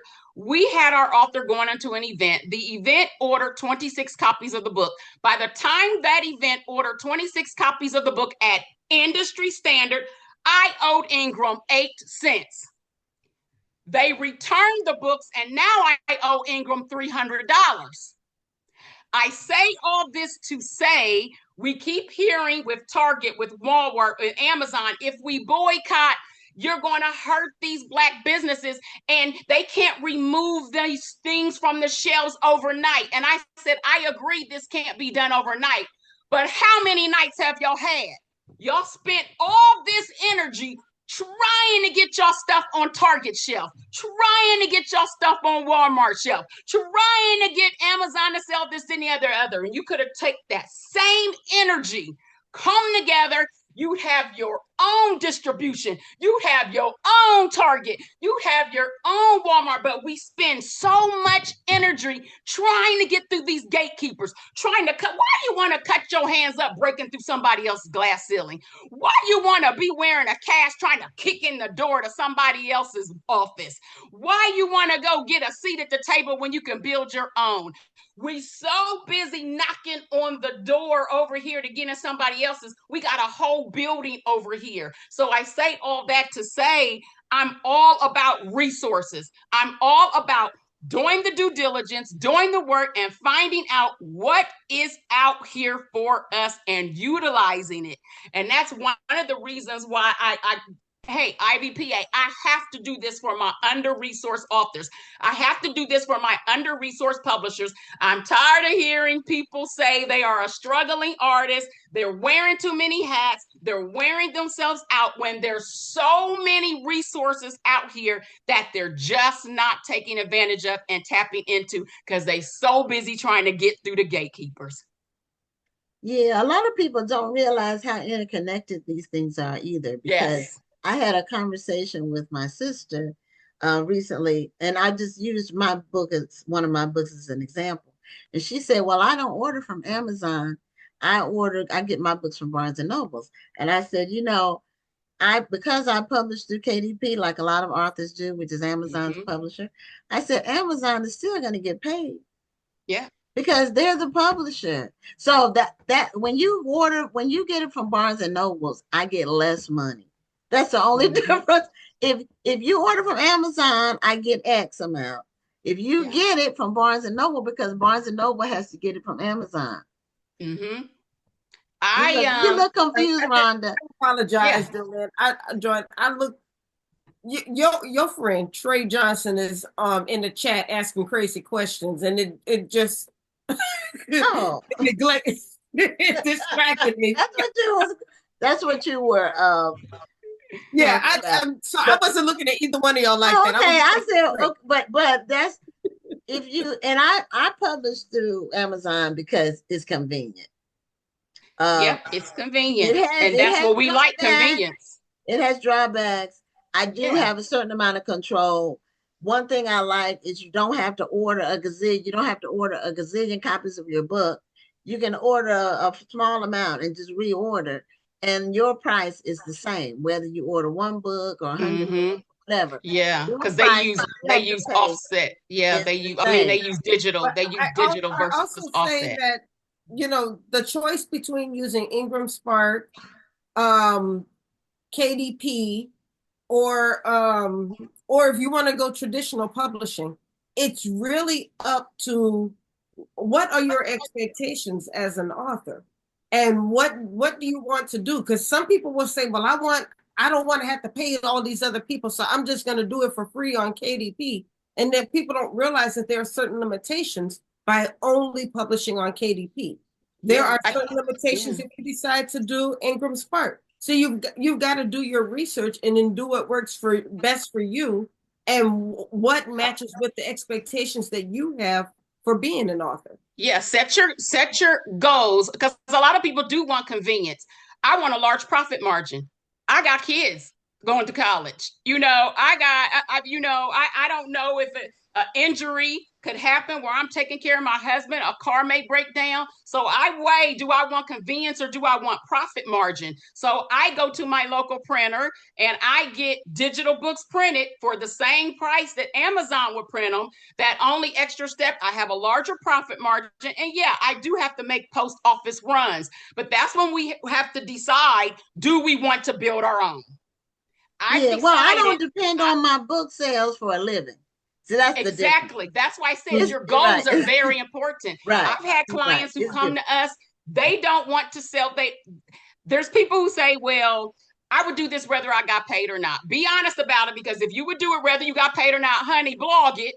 Don't put it in a book. Don't go through the trouble and put no price tag on it. Blog it. So you're lying to yourself or you're lying to us. Blog it if you would do this whether you got paid or not. Don't put a price tag on it, because when you put a price tag on it, that's a business transaction. Baby, you in business. So if you would do this thing whether you got paid or not, please stop putting a price tag on it. Now, I've had clients who said it and meant it, and they would get the money they would spend on marketing, instead of spending it on marketing, promoting, getting people to buy it, they would just go print copies and give it away, give it to the schools, give it to the shelters, because they meant it. They meant it when they said, I would do this whether I got paid or not. They meant it when they said, I don't do this for the money. If you're not doing it for the money, blog it for free, or stop saying that, because again, you're lying to yourself or you're lying to us. So you have to know, what is your goal? Why are you doing this? I call it the 7-layer onion. Keep asking yourself why. Well, I want to help people. Why? Because I want to say why? Get down to the core of that why, and then just be honest about it, because I promise you can give your stuff away for free. I promise you the money you're taking for marketing, promoting, you could print copies and put them into the hands of the people who you want to have them. So it is about what you want to do. And if you want this to be a business, then you have to decide, do you want convenience or do you want a business in which you are 100% control of, in which a bookstore can order 100 copies of your books and you can hop on the phone with them and say, hey, why don't we try 10 copies? 100 think, what's the this type of book? How many copies does this type of book, does this genre typically sell? But see, when we use Amazon and when we use Barnes and Noble, whatever, we don't get to have that conversation. It's a store orders 100 copies of your book. Barnes and Noble, Ingram, Barnes and Noble's, Amazon, they just ship those books out. Yeah, they ship them out. And then when that bookstore returns 50, 26, you owe them money. So you have to decide, do I really want to run a business? Do I really want to build a business? This is what is my goal, and how do I want to come about doing it? And what is my profit margin? How much money do I want to make? So this is what we were talking about at the top of the show, is that you do have to do your research. We were talking, I don't know if you saw it, but the first guest was saying that she used to be self-published, and she would just say, oh, this title sounds cool. And that's the title she would go with. But then when she got with a publisher, and the publisher's sales team said this title wouldn't work, they had done the research. We don't always do that research. We think this cover would be cool, or this title would be cool, but we don't know. We haven't done the research to see whether that's actually going to resonate with our target audience. Exactly. So, like I said, you got to be honest with yourself. You do. Now, I want to clarify, be honest with yourself. I make money on my books. I just don't make a living with my book sales. Yes. Difference. I make money on all of my books that I sell. Yeah. But it's not my source of income for a living. It's about how much money you want to make. Right. It's about how much money you want to make. Yeah. That's what I said. Even if you're not making a living with it, but you're making money with it, it's still about how much money do you want to make? I'm good with this. I'm good with that profit margin, or I'm not good with that profit margin. I want this profit margin. Therefore, I'm going to do X, Y, Z. So again, it's about your goal. Time, but you mentioned something. I want to get a clarification on it before we go. You talked about returns, because a lot of people don't realize that, if your book is on the shelves of all these different stores, and a lot of authors, that's in their minds, that's their goal, is to have their books on all these shelves. But if they don't sell, they get returned. Yes. And so then that comes out of your royalties. So I know how to explain it, but I'd rather you explain it to people about the returns in the book industry. Exactly. So if you have your traditional publishing contract, which I'm a hybrid author, so I publish traditionally, I publish POD, and I've self-published as well. With that traditional publishing contract, it's going to say in your contract that maybe they're going to hold 25% reserves because they know about those returns. A book shipped is not a book sold. I don't care which path of publishing you choose. A book shipped is not a book sold, and your publisher's job is to make sure they work the industry so that your book is available, because they are counting on you to get people into the stores to buy the book. You are in a partnership. They are not just signing you on for a great book. They are signing you on for a great work ethic. It's your job to sell the book. Exactly. You cannot depend on the publisher to sell your books for you. You still have to market, even if a publisher takes you on. You still have to market your books. You can't. And they will be returned if they don't sell. And then that money comes out of your advance on royalties, which you may never get any more money. A lot of people, once they get that advance, you may never get paid again. Yeah. Or if you're self-published, then you just get a return and you get an invoice. You just get a return and you get an invoice. So Amazon, like I said, they return it. It hit differently because people say, Amazon does that all the time. It hit differently with me because I was a part of their DEI initiative, Black Business Accelerator Program. So I literally had Amazon on speed that I could call and talk to my rep. I could book. They were helping me position myself. So it hit differently when you get in this DEI initiative for Black Business Accelerator Program, and they position you to be successful, and they place their first order of so many copies and then they return it within 30 days. It almost seems suspicious. Okay. So with those returns, it hits differently than with your traditional publisher, because your traditional publisher has to eat that. When you are self-published, when you are an independent publisher, you don't only have to eat that, you have to cut them a check. You have to cut them a check, whether you choose destroy or you choose return. You're going to take a loss. You're going to take a loss. So please, if nothing else, a book shipped out is not a book sold unless it's going to a library. And I'm just a person. I operate in a no judgment zone, but also a no excuse zone, because I've been doing this almost 30 years. And I hear it all the time, hashtag struggling artists. And, I'm doing this and I'm wearing so many hats. You don't have to be. I was pregnant at 15, had my first child at 16, was in a domestic violence relationship for 7 years, got my own place when I was 17 in the hood. I will get up in the morning to go to school and see drug transactions. And when I come home at night, I'm doing my homework for college. I'm listening to people getting shot by guns. I finally get out of this relationship. And so I still manage to keep pressing through. So I have a low tolerance for excuses. I'm empathetic, I'm sympathetic, and I'm passionate with a whole lot of compassion, but not when it comes to excuses. There are resources out here for you to achieve your literary dreams, visions, and goals.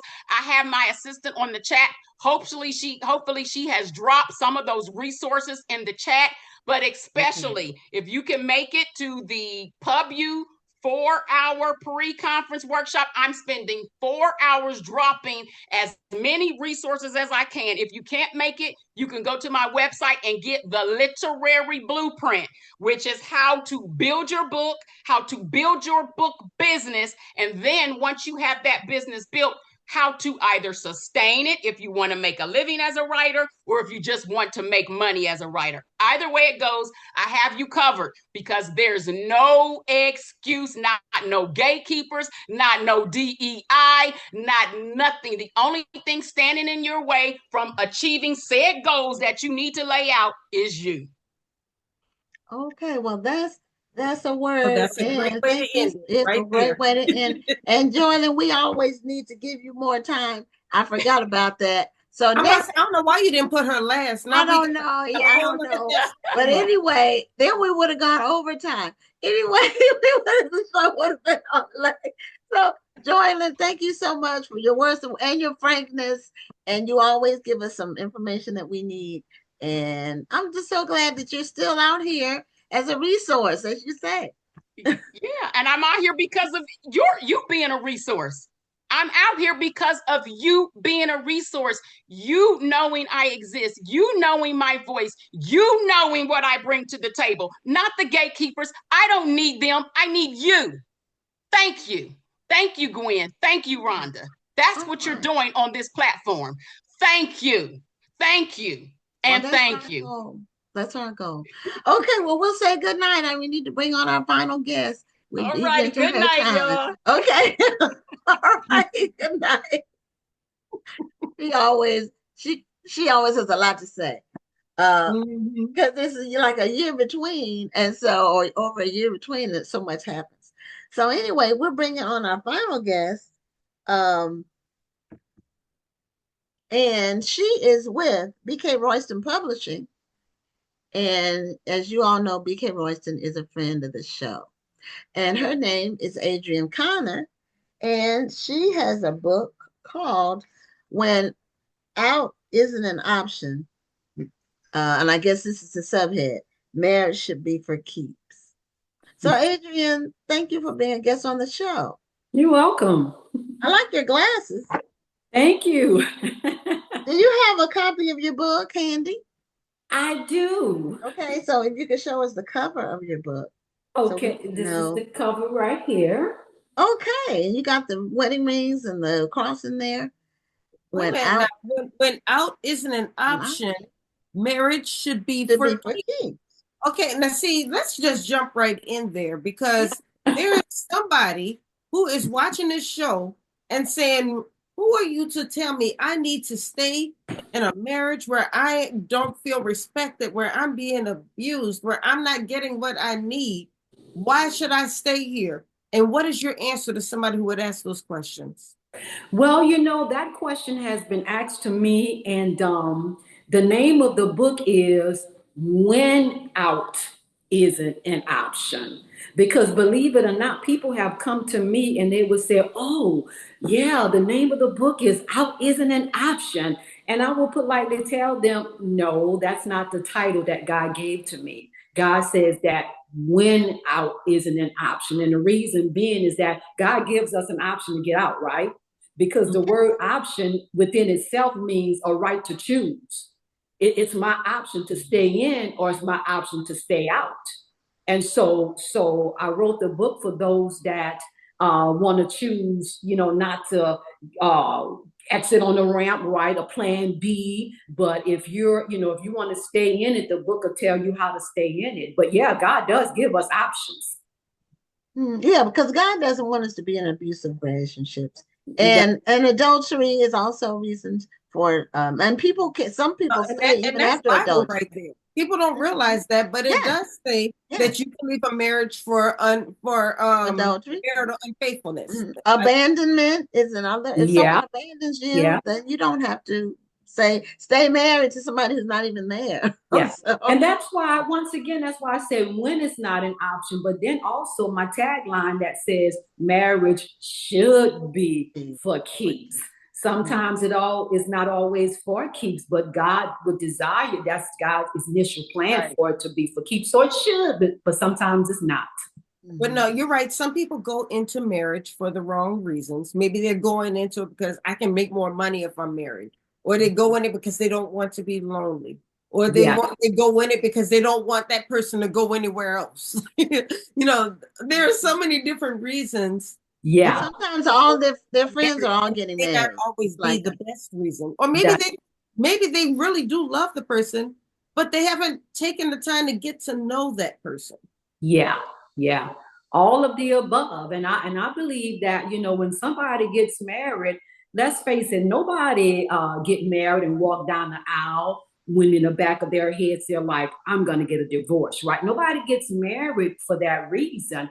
And I believe that so many people that head toward divorce court, they love each other, right? Mm-hmm. But I've come to discover that love, a marriage, it's more than just love, right? Love should be, I got a chapter in the book, what's love got to do with it, right? And sometimes we love, but we don't love that 1 Corinthians 13 type of love. And so, yeah. Well, it really, before getting married, it really goes back to being equally yoked. And so that's a key thing that a lot of people miss before they get married. Because, sometimes it's physical attraction or lust or whatever. Correct. But you really don't have much in common. You're not going in the same direction. You don't have the same ideas about money. And money is a big part of marriage. Yeah. How you spend it, how you save it, what are our do we have some rules for, if one person is doing all the saving and being responsible and paying the bills, and the other person sees their check, it's just, playtime or whatever. That's not going to work. Not long term, unless somebody is really long suffering. And you shouldn't be long suffering like that. So you have to have the same ideas about things, your values. Then when you have children, how are you going to, raise them? What are your ideas about child rearing? But money is probably the biggest obstacle challenge that people have. Yeah. Because if you don't marry somebody who has a similar, it doesn't have to be the same. But if one person is totally irresponsible and the other person is trying to be responsible, that is a recipe for disaster. Yeah. And having experienced that personally in my first brief marriage, that is hell on earth for the responsible person, which was me. Mm-hmm. So you have to have the same ideas. You have to So, and you know, if you're a believer, you should be with a believer. That's right. It doesn't I mean agree. they're perfect. They don't have to be perfect, but they have to have a core set of values and beliefs. And that's Bible too. Yeah. Yes. And Yeah. if I can interject there, I'm also like a SYMBIS facilitator. And I don't know if you all ever heard of SYMBIS, but SYMBIS, the acronym for that is Saving Your Marriage Before It Starts. And so I do coach premarital couples and I give an assessment. And the assessment does that. It will tell you your marriage type. It will tell you, hey, when we get married, what's our responsibilities? What are we going to do? How are we going to bring together blended families?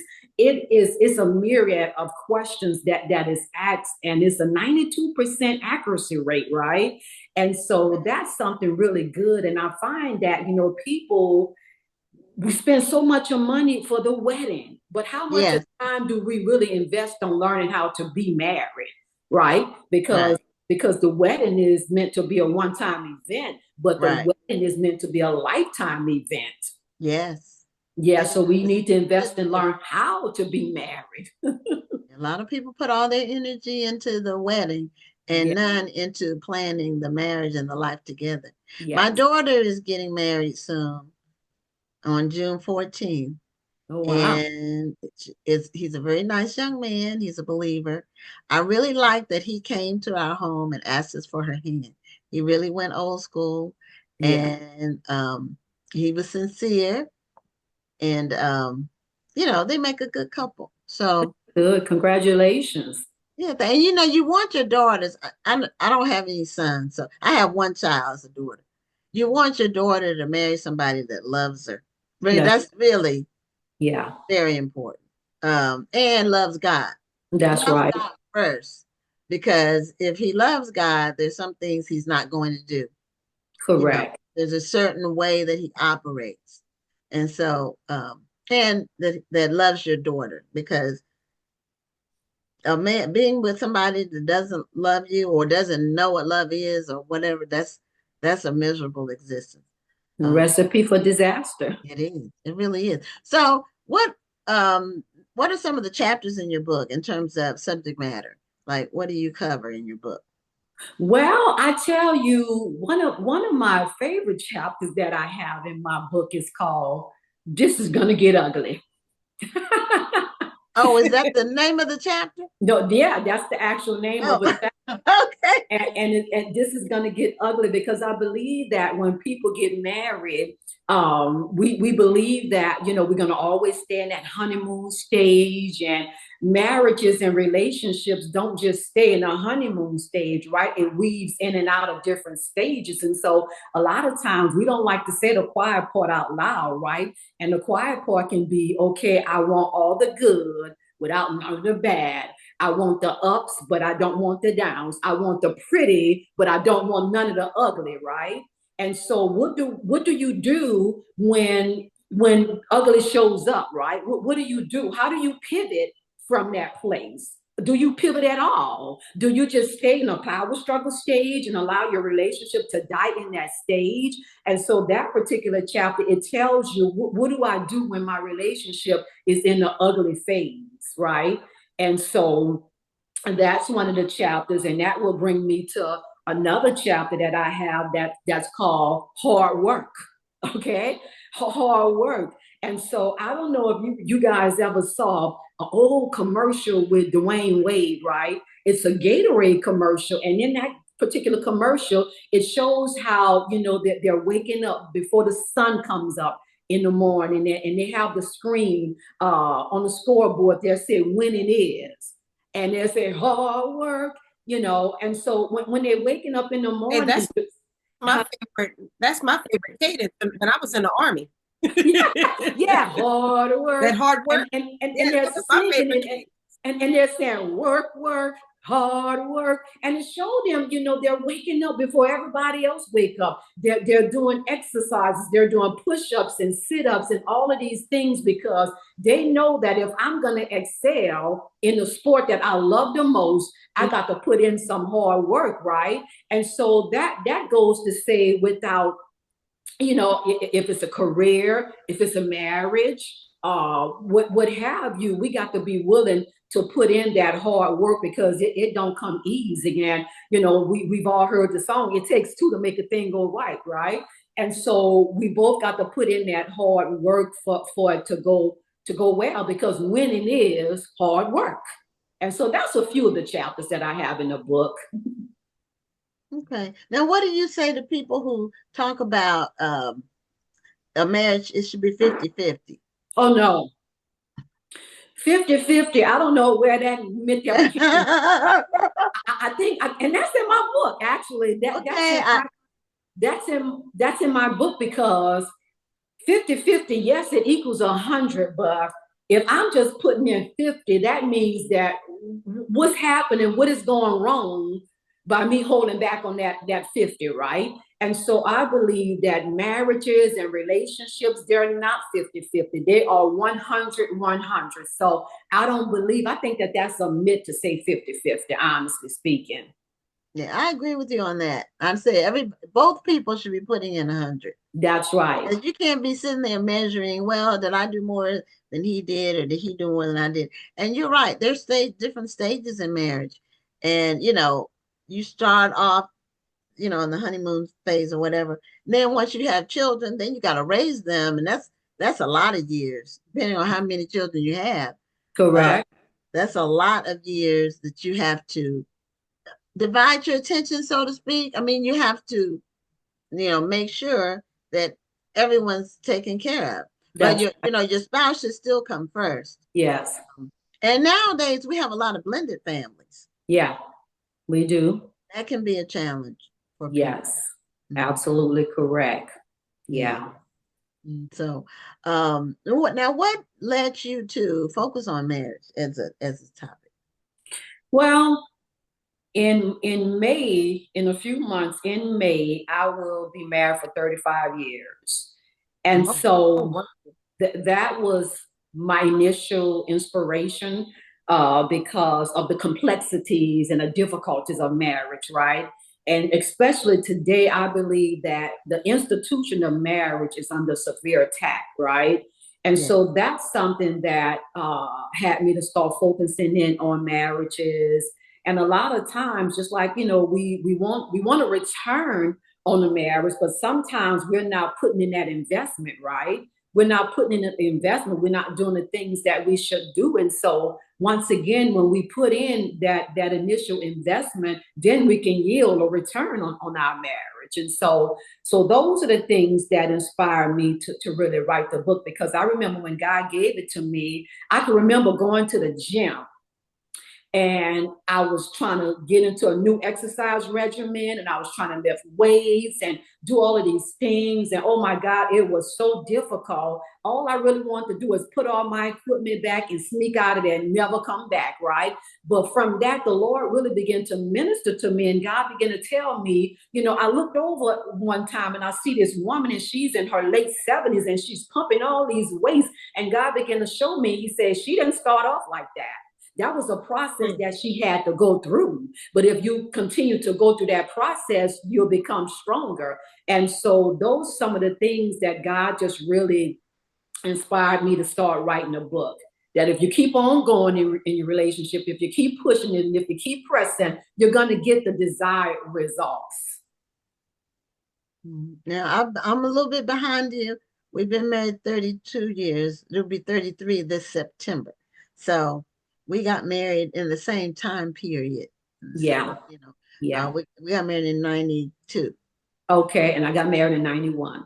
Yeah. But like I said, both people got to be willing to push. Both people, you can't have a one-sided relationship and just really think that it's going to work out. And so that's when we come back into that 100-100, not 50-50.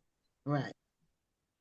Right. Now, do you counsel married couples or couples who are about to get married? I do. That's when I was telling you really about the Decembers. I counsel saving your marriage before it starts, and Decembers also allows me to counsel people. They have saving your second marriage before it starts, right? And so Yeah, and so but I became a certified coach from the Center for Thriving Relationships. And so we have all types of nuggets and things like that, all kind of principles that people can really put into place to help your marriage and your relationships thrive. Yeah. What is your, and I'm glad that you asked that question. And I think more people who are either thinking of getting married or maybe they're in the early stages of marriage, they need to know that every day isn't going to be easy. Every day isn't going to be a honeymoon. Correct. So what do you tell people who are like, I don't have to take this. This is too hard. I'm ready to walk away.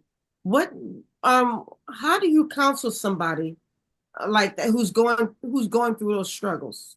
Okay, so like one thing I learned in the school that I went to get my certification, again, we talked about that honeymoon stage, right? Mm-hmm. And when a person is in that honeymoon stage, it's like you can't see the forest for the trees, right? They can do you all of these things, and you kind of turn your head and you look the other way because we bonding and we're falling in love and we like each other. But after that honeymoon stage, it comes the power struggle stage. That's the next stage. And so when the relationship gets into that power struggle stage, it's like you want your way and I want my way, right? And so we're bumping heads and we're bumping heads. And the sad part of that analogy, you all, of that truth is that so many couples will stay in a power struggle stage for 20 years, 30 years, 40 years until that relationship will just die out. And so in order for them to move to the next stage of that relationship, both couples have to ask themselves, both people have to say, well, what does this marriage or what does this relationship need from me that I'm not giving to it? And how can I make it better? And so when you start focusing on one another and we both focusing on ourselves to say, what does it need from me? Because it's easy for us to point our fingers at the next person and say, well, you're not giving me this and you're not giving me that. And so when both couples come to that conclusion that I'm gonna become the best version of myself, well, that's when a relationship moves to that next stage, which is the commitment stage. We can't make a commitment until we stop power struggling, right? And so that's what I would tell that person. Hey, have you really given it your all?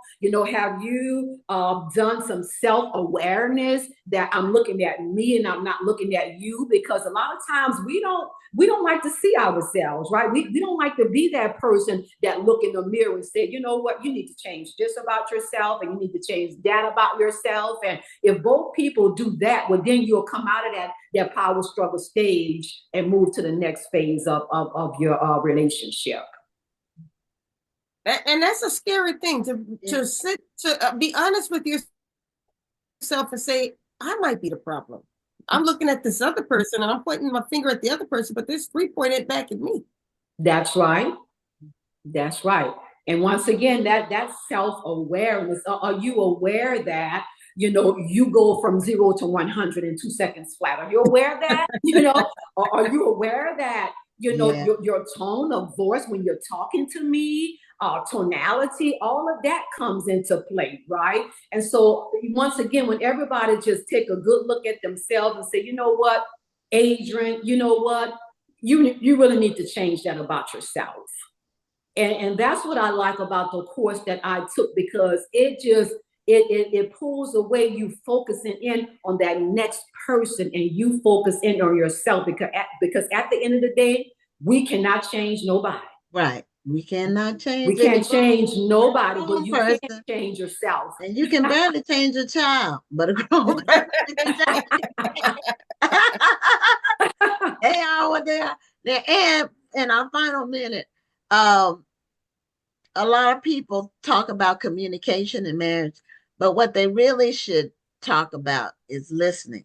Because that is the missing element. Not just talking.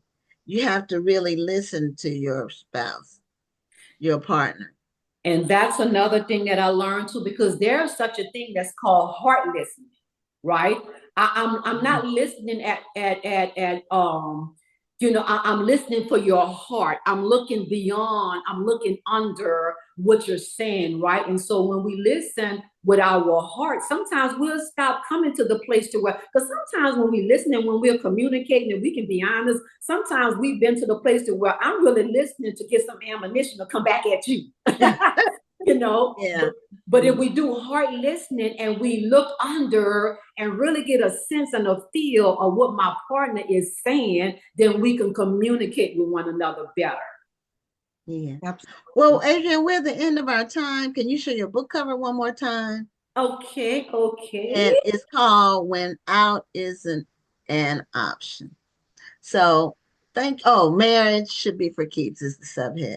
Thank you for being a guest on the show. Thank you. And thank you for counseling married couples and married couples to be to have the best relationship. We did put the link to your book. We put the link to bkroyston.com, which is where your book can be found. That is in the chat. So we hope that everybody will click the link and purchase this great book, because it sounds like there's some jewels in this book. And I'm not married, but I'm in a very long-term relationship that's headed toward marriage. So I'm looking forward to making sure that I take these jewels for myself so I can bring them into my marriage when it's time. And the book is not just for married couples. It's for those that aspire to be married. It's for those that have been married and it went wrong, and now you want that other covenant relationship. So yeah, it's not just dedicated to married couples. Yeah.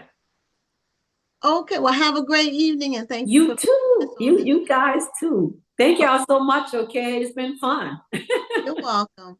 Thank you. Thank you. You're welcome. Bye-bye. Bye-bye. Okay, well, that's it for this week. We are wrapping up another show, and we will see you next Tuesday on another episode of Black Authors Matter TV. I'm Gwen Richardson. I'm out for the night. And I'm Dr. Rhonda Lawson. Have a wonderful evening and a great week. Thank you for tuning in, and join us next Tuesday at 7 p.m. Central, 8 p.m. Eastern for another edition of Black Authors Matter TV.